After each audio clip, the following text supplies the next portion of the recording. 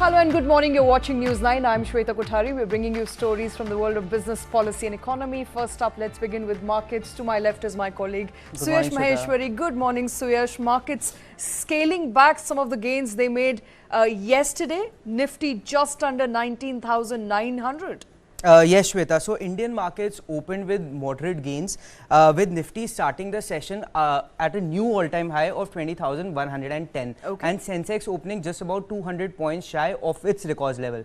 Now, this was on the back of a positive handover from US stocks, which rallied on the back of a surge in tech stocks like Qualcomm and Tesla.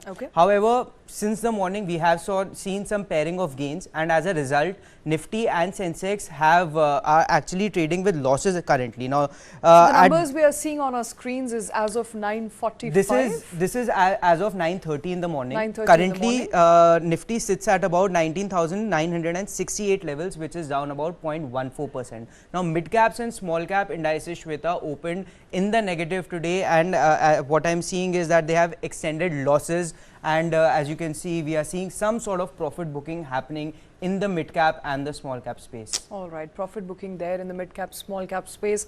I'm given to understand Mohit Gang is joining us at this point in time. Mohit, good morning. Thank you very much for taking time. It's been historic last 24 hours. Nifty at an all-time high, scaling back some of its gains, profit booking as we are seeing as of this morning. Yeah. Hi, Shweta and Karthik. Always a pleasure to be on your show. Look, actually, I think for a change, we have Suyash this morning with us. Oh, sorry. Hi, my bad. Hi, Suyash. I think, look, I've been maintaining on your show for almost a month now that the underlying current of the market is extremely strong and extremely bullish. And I don't know whether it was you, Shweta, or Krishna Kumar, but I maintained that markets will see 20,000 much before they will see 19,000 on your show itself. And I think, honestly, I continue to maintain that stance. Look, there are pockets which are extremely exuberant, extremely costly, and one has to be treading very, very carefully and cautiously out there. But the underlying current of the market is hugely positive, and the momentum is fairly strong. The inflows, especially on the domestic side, are extremely strong. And except for one or 2 points here and there, and perhaps two biggest concerns could be oil prices and the CPI reading, which is likely to come today post the market hours. I think these are the only 2 points which I am tracking right now very closely. Other than these 2 points, I don't see any big risk which can crack the markets big time. 2 or 5% correction here and there, that's part and parcel of the life, that's part and parcel of the market, and I don't see that breaking the back of the markets in a big way. The CPI reading today post the market hours, if that crosses above 7, then perhaps there is an alarm bell out there for the market participants, but somewhere in the range of 7 or sub 7, I think that's well factored in and well taken in the good spirit by the markets. So my sense is the underlying current remains strong. Give or take 2-3-5% correction here and there, which one should always be prepared of. I think the markets are looking fairly strong. As you were saying, Mohit, the underlying current remains strong, and in fact Nifty has risen about 750 points in a matter of 7 days. Now this comes after a period of 2 months where Nifty was consolidating in a range of about 1,000 points. So it's not like we saw a sudden 750 points jump in a matter of days, and this all of a sudden that bull run came about. It was after a 30 or 40 day period of consolidation where Nifty was trading in a range of about 1,000 points. And Mohit, I just want to get your quick view at current levels. Now, if a new investor is looking and listening to us at current levels, I understand that you are very positive about the markets. What would you advise them entering into the markets at current levels? Look, as I said, one has to be extremely cautious and getting into quality names right now. I would suggest if someone has to get in 2 or 3 things about it. One, I think be safe in the cocoons of large caps. Honestly, mid and small caps have become an extremely tricky zone and very, very expensive also in some pockets. So I would say new investors should perhaps avoid those zones. I'm not for a minute advocating someone who is already invested to come out of those zones. Perhaps pockets could be expensive, and profit booking can be done in few pockets. But on a whole basis, I think the mid and small caps one has to stay invested. But for a new entrant, I would suggest that one has to enter into large caps. On an overall basis, Nifty today is trading on a 12-month forward P. It's trading at around 20-21 odd times, which is not extremely expensive from your historic averages of around 18 to 19 times, right? So on the large cap side, I still see some reasonability and some clarity. So one has to enter that space, and one has to perhaps stagger out the investments. Don't like enter with your entire 100 rupee and jump in on one single day. Take a wait and watch approach for around 6 odd months, stagger out the investments, and try and see if you get a correction, if you get a small fall somewhere around 5% plus kind of a thing, and then try and take a larger jump in. But yes, I think stagger out and be safe in large caps, but never be out of the markets. Look, I think honestly, markets can surprise us both on the upside and on the downside. And I think for investors who have allocated equity money, it's a bad idea to be out of the markets. You have to be invested, you have to be in the markets at all points in time to be able to really realize the gains when it comes through, right? So one cannot be out of it, but enter in with a cautious approach. Mohit, certainly, I also want to get your view quickly for a short-term investor, for a short-term trader rather, and what would be the support and resistance levels that you are looking at currently? Look, we are not much into technicals, to be very honest, and but my sense is once you've crossed a 20,000 level, I think somewhere around 19,950 becomes a strong support zone for the market. Though, as I said, I don't track technicals too much, and I'll not be able to give you exact levels on that count.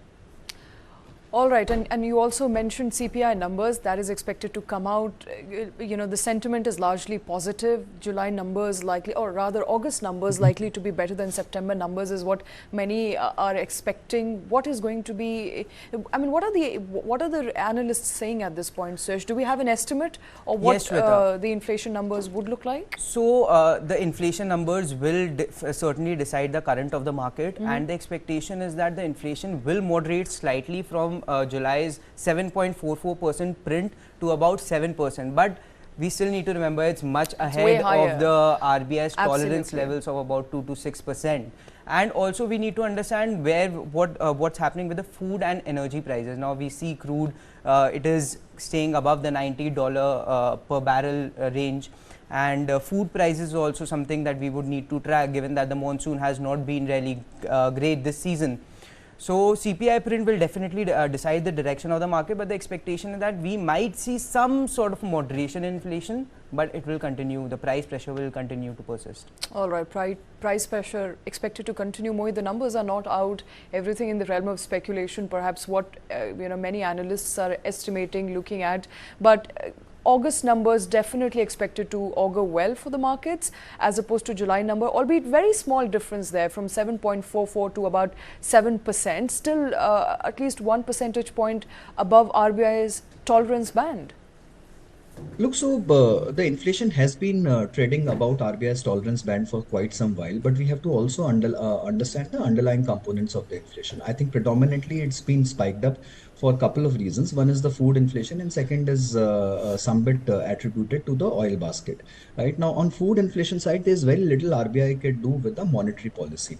So I think honestly, they are with whatever the monsoons have been, there is a deficit monsoon in the eastern part of the country and almost a normal monsoon around the western part. But I think perhaps the September rains will become a major determinant of the food prices in this country. But from RBI's expectation, which I think the governor also mentioned in his last MPC meet, that they expect post September the inflation to moderate, the food inflation to moderate, right? So if that happens, I think we are well within the watch list of the RBI, and RBI though is keeping a track on it, but I'm not sure or I'm rather hopeful that they're not trying to use monetary policy as a tool to contain this inflation, but they're leaving it much to the monsoons and the cyclicality factor, and I think they're hoping that it will cool off post September period.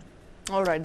As Mohit also mentioned, Shweta, CPI numbers will also give cues for the central banks. Absolutely. Now, FOMC, so US comes out with its CPI print tomorrow, and it will give some direction to what the FOMC decides to do with the interest rates, which the meeting concludes on September 20th, I suppose. And the expectation earlier was that FOMC will continue to hold interest rates, but now that we are seeing positive indicators coming out from US, where jobless claims have fallen, so the expectation has come that, you know, whether the FOMC will continue holding rates, whether it will raise rates. At least what I am reading right now, 93% about, or the analysts expect FOMC to hold the rates in this monetary policy meet, but in the November meet, they might raise rates. Right. So it's the expectation is, of course, that FOMC will continue to hold on to rates, Mohit. This time around, perhaps wait and watch. Look, I'm not quite sure on that. The expectation in the US markets is that there is a rate hike impending. One last or maybe two more rate hikes of 25 bips each, but one 25 bips rate hike is impending. Now, whether it comes in this FOMC or it comes in the next one, it's anyone's guess. But I'm pretty sure there is one more rate hike, and which is factored in the markets quite clearly. All right. So, Mohit, and while we are talking about FOMC, also let's talk about the RBI. MPC, RBI Monetary Policy Committee meeting. What is the expectation there? Look, as I told you, I think RBI seems fairly comfortable to be holding on to the rates for the time being, because I think the inflation factor, though, is playing extremely hard, and which should ideally in any central banker's mind. But I think they are also clearly comfortable that this will cool off. It's more a seasonal factor, and it's more a monsoon driven factor. So the food prices should cool off, and we have seen food prices cooling off. So tomatoes are back to where they should ideally be, in fact, much lesser. Government has taken a lot of steps in curbing imports and other things, curbing exports and other things of rice and all those things, right? So there have been measures which have been taken. I think that should all start playing out. My sense is post the September thing, once the monsoon is completely done with, you will know actually what has been the damage done by monsoons or not done by the monsoons, and that's where RBI will have to take a stance. Right. But I think in the coming meet, I clearly see a wait and watch approach. All right, and there is very little that the central bank can do by the way of tinkering of monetary policy to actually control food inflation, Suyash, and that is something we've been discussing here. A lot of administrative actions, of course, taken by the government. In fact, the latest that I'm also hearing and reading is that rice production in India is also at an all-time high. Essentially, we have enough buffer, we have enough pulses, we have enough rice, and perhaps prices could cool off post-September. That is the big expectations. But then it's the vegetable prices that have been a pain point. So, but vegetable prices are also moderating at this point. I mean, tomato prices, as Mohit said, is within affordability range. You can go out and you can buy and you can cook tomatoes. I'm pretty sure very soon you will see McDonald's back with tomatoes. Back with tomatoes in the burger. If they haven't started as well. All right. Mohit, moving on to sectors, I just wanted to get your view on Nifty Bank. Now, Nifty Bank joined the bull party late. Now, I think in the last three sessions, the index has surged about 2.5%. But I was also reading this Fitch report, which said that, you know, it expects the Indian banking sector's net interest margin to contract by about 10 basis points. So, do you think, you know, those pressures or overhangs have been priced in? And what's your expectation on the banking index?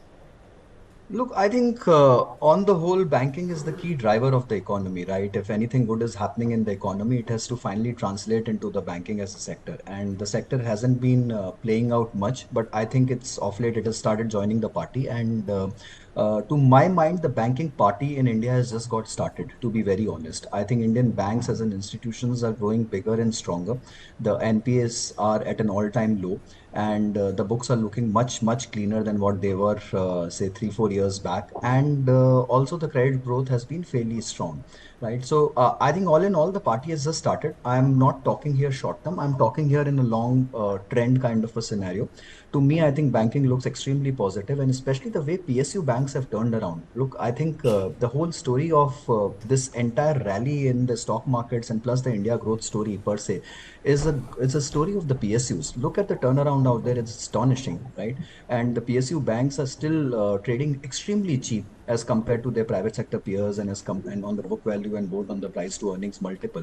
So I think there's a lot of catch up to be done out there. There's a lot of work also to be done out there, and one can never be sure when you're touching all these government sector enterprises. But I think there's a lot of value left out there on the table, provided the government keeps giving them the leeway to and latitude to work on their own and to improve their quality and to keep fueling the credit growth in the country. So I think the story is yet to be played out.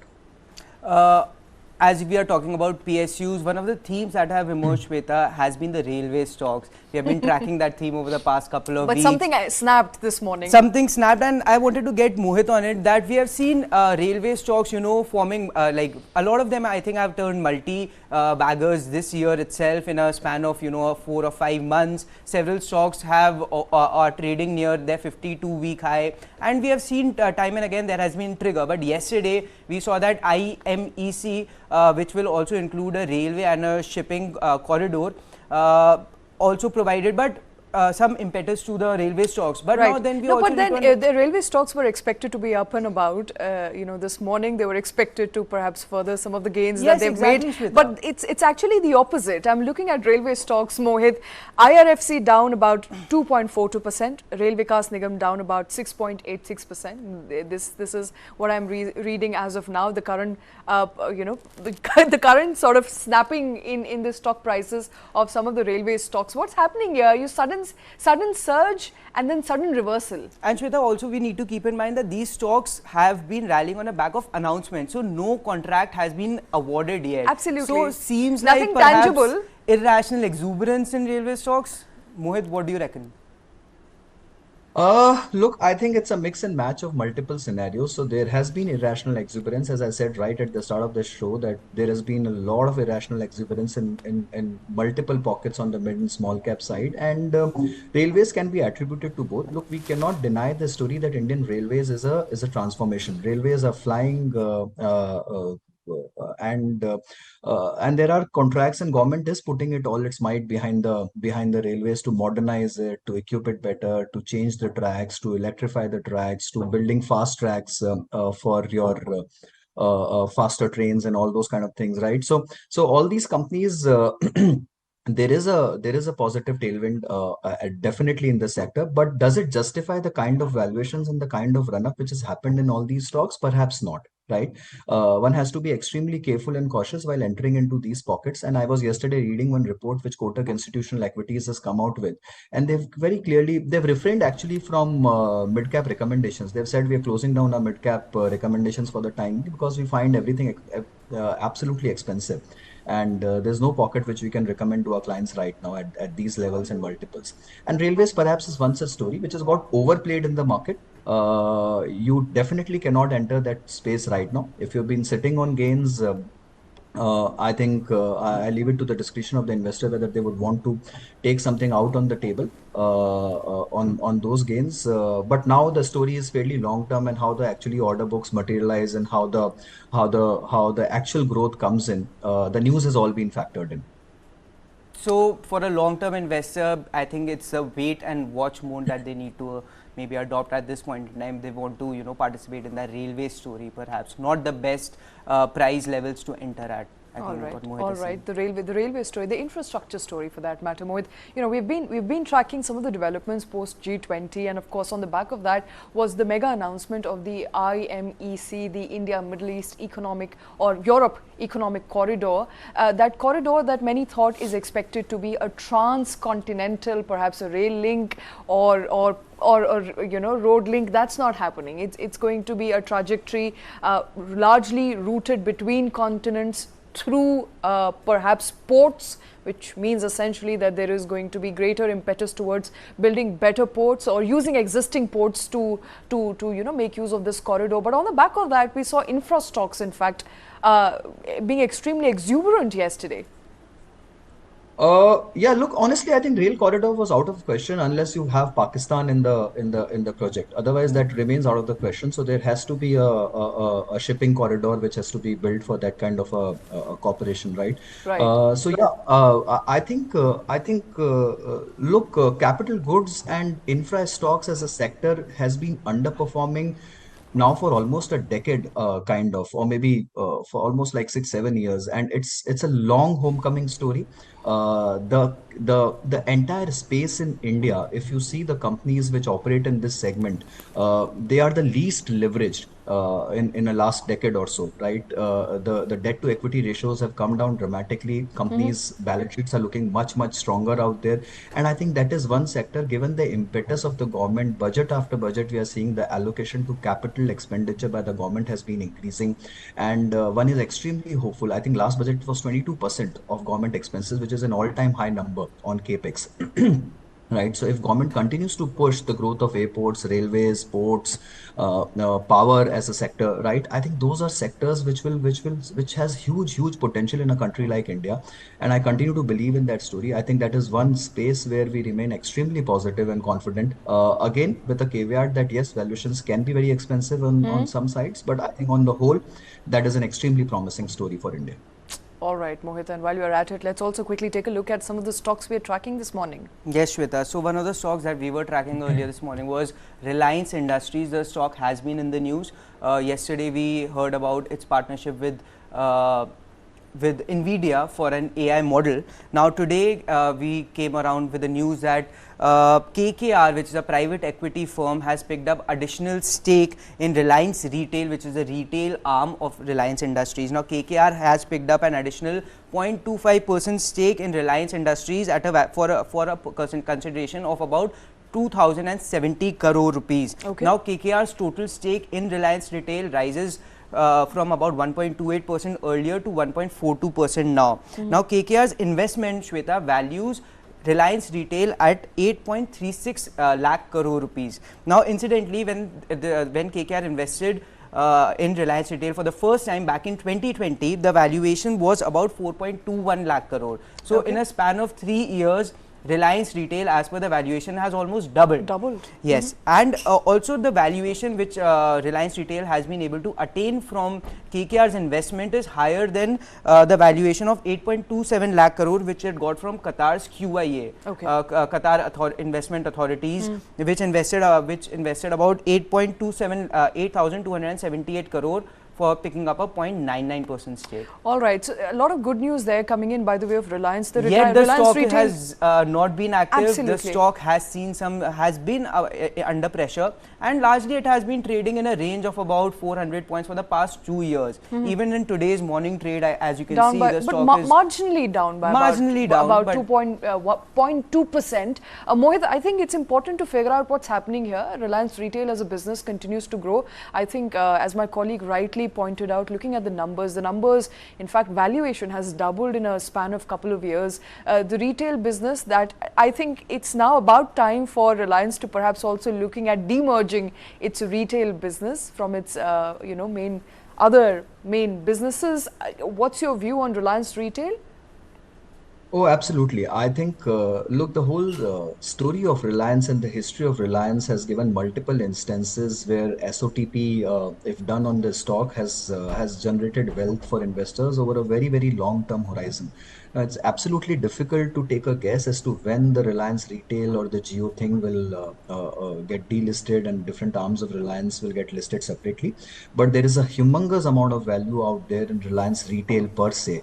Look, they are, if I'm not wrong, around 18,500 stores now in the country. That's a massive footprint, honestly. And I think the execution capability cannot be questioned. It's second to none. And given the pedigree of the overall group and given the access to capital, I'm sure this will grow many folds. You can certainly only speculate at the valuations because obviously it's a private held thing right now, and there is no separate details available. But last month in August itself, QI invested at a different value, and KKR is coming at a slightly higher valuation, which still which shows the confidence these foreign investors and large houses are putting into this growth story. So I'm sure there is no second way to doubt it. The only way to play is to patiently be invested in the RIL stock and wait for the story to unfold for itself. It might take a year or maybe more. You never know, but I think whenever that does happen, it will unlock a lot of value for investors. So Mohit, what will be the steps for the company to unlock that value? Because we have been seeing RAL struggle at higher levels of about 2,800. The stock has not been able to break past those levels. So do you think demerger of businesses such as the retail business could finally unlock that value for the shareholders of Reliance? Oh, definitely yes. Definitely yes. Look, one has to also understand that Geo Financial has been already carved out of the RIL, and that's one of the reasons why the RIL stock is where it is. So you have to add the Geo Financial stock's value today with the RIL stock and see. So it's marginally fat for the year. I wouldn't say, given the kind of year we have had, it should have done fantastically well where other stocks are. So on a relative basis, yes, it's been a laggard. But my sense is Reliance is perhaps the stock which will take the markets to the next level. Yes, one has to, as I said, one has to patiently wait for when the news and the story will break out. One day it will definitely, right? They have to divest, or they have to separately list these entities. And Reliance Retail, whenever it gets listed, will be one of the most mega listings of the or will be a big value unlocker for the investors. Right, and given that there is a succession plan in place, and we know that The changing of guard. the change of guard from the old guard to the new guard perhaps would happen in the next 5 years or so. Until of course Mukesh Ambani doesn't relinquish the throne, it makes all the more sense for Reliance Retail, which is led by Isha Ambani. Not surprising there, a woman, leading from the front, not just leading from the front. Look at the valuations of Reliance Retail. I think it makes all the more sense to perhaps separate these businesses before Mukesh Ambani's tenure as chairperson of Reliance Retail ends. Oh yeah, totally. Look, I think one great thing which they're doing, and very smartly they're doing, is putting all the wheels in place before they let the cart move on its own, right? So they've got the succession plan right. They've completely given the three parts of the businesses to the three next generation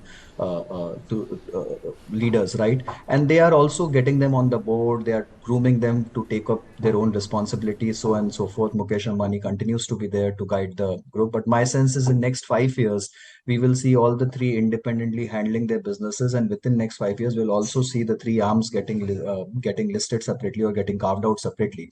And now whether that happens in the next 1 year or that happens in next 3 years is the only story one will have to wait patiently and watch out. But I think they're putting all the wheels in the right place first before they go for the final action.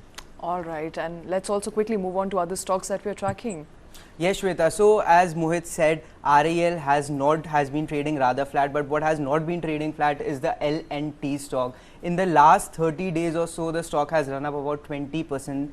And recently we heard a news that it has bagged a 24,000 crore deal from Saudi Aramco.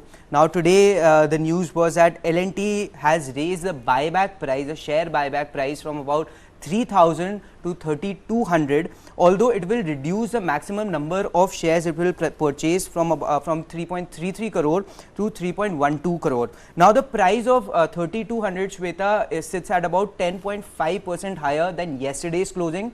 After the news came out, the stock has surged. It was about 2% up 2% in the morning trade. Currently, from what I am seeing, the stock is up about 3.5% and it is trading at just shy of the 3,000 mark. All right, and LNT Finance also happens to be in news. LNT Finance is another stock which was in the news today because Bain Capital is looking to sell its about 2.04%, 2.64% stake in the company for a consideration of about 850 crore rupees. Now, the sources which have reported the news said that Bain Capital will likely sell 6.5 crore in today's session via a block deal at a floor price of about 129.72, which is a discount of about 0.6% from yesterday's closing. Now, if you can see, the stock was trading higher in the morning trade. It was up about 2.5%, but we have seen some pairing of gains, and the stock is currently down about 1%. Mohit, what's your outlook on LNT? One of the stories that have emerged in the last, I would say, in 2023. Yeah, totally. Look, so I'll take LNT first and LNT Finance a little later, maybe. LNT, I think, look, honestly, is one of the best plays in the country today, undoubtedly, if you want to play the capital goods story. The order book has always been robust, their execution capability cannot be questioned. And look, on the buyback side, it's a very small buyback. Honestly, it's a very small amount of buyback. When it was announced, I think the stock was around 2,500 odd, if I'm not wrong. And it rallied up to 2,800 with the announcement and the price being at 3,000. Now the price has got revised to 3,200, and fairly so given the market momentum and everything. And the stock is again up with that news, right? In the morning, it was up around 3 odd percent, if I'm not wrong. But I think, look, honestly, for a retail investor, I honestly don't see any value in tendering the shares. I think it's a great story if one has patience and can play it out. There's hardly any quick gain to be made unless you are an algo trader or you are a quick arbitrage trader. Then obviously there could be some juice in it. But if you're a long-term investor, I think one has to just stay put with the stock and hold it to eternity. I think as of now, I don't see anything wrong in the stock, and one has to, if one believes in the India story, one has to be an investor in LNT. On the second part, which is LNT Finance, I'll quickly. I think the stock has been a great underperformer, honestly, for a fairly long while. It's just last 1 odd year or 2 years that seen some action on it. But compared to the other peers, I think it has been a massive underperformer. Look, I think what smartly these guys have done is they first divested out of the wealth business, which was a part of the LNT Finance. They sold it to IIFL, which is now 361. Then they divested out of the AMC business, which got sold to HSBC off late. And Bain remained as an investor. And I think Bain was one member on the board which guided them to divest these non-core businesses so that they could realize some value, because the stock wasn't performing, right? And the core business hasn't been growing so great. And I think after all that has been done, Bain has obviously taken off its value on the table for whatever they could. But on the whole, the core business, honestly, I think hasn't been growing much. If you see, the revenues has been broadly flat, though it isn't very expensive compared to the other peers in the story, in the thing. But I would still not be invested in it. I think you have better players in the market right now. All right, Mohit Gang, CEO, Moneyfront. Thank you very much for joining, for taking time out. Always a pleasure, Mohit, speaking to you.